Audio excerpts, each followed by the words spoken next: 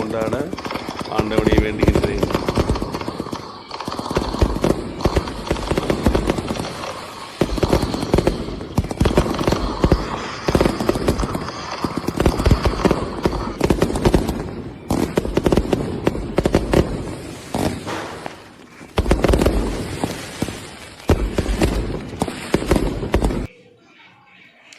தீபாவளி முடிந்த மறுநாள் அமாவாசையை முன்னிட்டு நாங்கள் எங்களது குலதெய்வமான திண்டுக்கல்லில் உள்ள தாடுக்கொம்பு ரோட்டில் அமைந்திருக்கும் ஸ்ரீ கருப்பண சுவாமி அவர்களை தரிசனம் செய்வதற்காக மதுரையிலிருந்து எனது வீட்டிலிருந்து சுவாமியை தரிசனம் என்பதற்கு சென்று கொண்டிருக்கின்றோம்.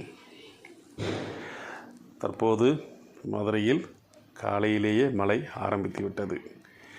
மழை அடித்தாலும் பரவாயில்லை, நாம் கோவிலுக்கு கண்டிப்பாக செல்ல வேண்டும் என்ற எண்ணத்தோடு கிளம்பிக் கொண்டிருக்கின்றோம். நாம் விடாமுயற்சியோடு கருப்பண சுவாமி அவர்களை சந்தித்து அவரை தரிசனம் செய்து வர வேண்டும் என்று கோருகின்றோம். கிளம்பிவிட்டோம், கிளம்பிக் கொண்டே இருக்கின்றோம். பாய் பாய்.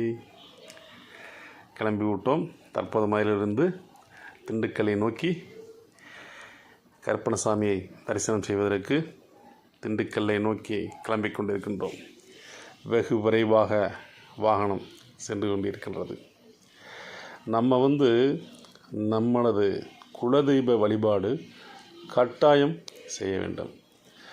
நாம் எவ்வளவு தூரத்திற்கு குலதெய்வ வழிபாடு பண்ணுறோமோ அவ்வளவுக்கு நம் குடும்பத்தையும் நம்மை சார்ந்தவர்களையும் நம்ம தெய்வம் காப்பாற்றுவார்கள்.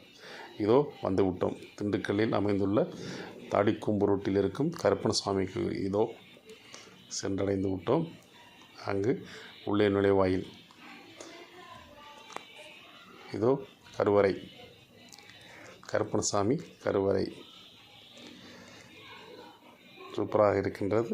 இவர் பிள்ளையார் கோயில், இது மணிமண்டபம்.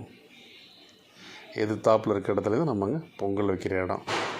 இதெல்லாம் சுற்றி அன்னைக்கு பொங்கல் வைத்து சாமி தரிசனம் செய்துவிட்டு பூஜை ஆராதனை முடித்துவிட்டு 12 மணி வரை அங்கே இருந்து பிரசாதம் கொடுத்து விட்டு வெளியே கிளம்புவதற்கான வேலை முடிந்தது. அன்று ஒரு நண்பரை சந்தித்தோம். அவர் திண்டுக்கல்லை சார்ந்தவர், நல்ல நண்பர். அவரை சந்தித்து விட்டு கிளம்பி விட்டோம். தற்போது திண்டுக்கல்லிலிருந்து மதுரையை நோக்கி வந்து கொண்டிருக்கிறது எங்களது கார். விரைவாக வந்து கொண்டிருக்கின்றது. எந்த நோக்கத்தோடு நாங்கள் குலதெய்வமை பார்க்க சென்றோமோ அந்த நோக்கம் நிறைவேறியது. பொங்கல் வைத்து சாமி கும்பிட்டு வந்தோம். எல்லோருமே நம்மால் முடிந்த அளவு வருடம் ஒரு முறையாவது நம்மளது குலதெய்வ வழிபாடு செய்ய வேண்டும். இல்லையா, முடிந்த அளவு எப்பொழுது டைம் கிடைக்கிறதோ அப்பொழுதெல்லாம் நாம் போகலாம். நாங்களாம் வருடத்திற்கு 2 முறை 3 முறை குலதெய்வத்திற்கு சென்று வருவோம். நல்ல நிகழ்ச்சி இது. எங்கெங்கோ போய் செலவுகளை செய்வதை காட்டிலும் நம் குலதெய்வத்தை நாம் வழிபட கண்டிப்பாக போக வேண்டும். சரிங்களா? குலதெய்வத்துக்கு எவ்வளவு சிறப்பாக பூஜை பண்ணுறோமோ அவ்வளவுக்கு நம்மளுடைய பிரச்சனைகளை எல்லாமே அவர் முடித்து கொடுப்பார். வணக்கம். நாம் மதுரையிலிருந்து திண்டுக்கலுக்கு குலதெய்வம் கோயில் ஸ்ரீ கருப்பணசாமி கோவிலில் நல்லபடியாக தரிசனம் செய்து திரும்பும் வழியில் காலையிலிருந்து திரும்பும் வரை விடாத மழை, இதமான வெயில், அதோடு மழையும் கூட சிறப்பாக இருந்தது. தெய்வ தரிசனம் நன்றாக இருக்கின்றது. அனைவரும் நன்றாக இருக்க தெய்வ வழிபாடு செய்து கொண்டு வருகின்றோம்.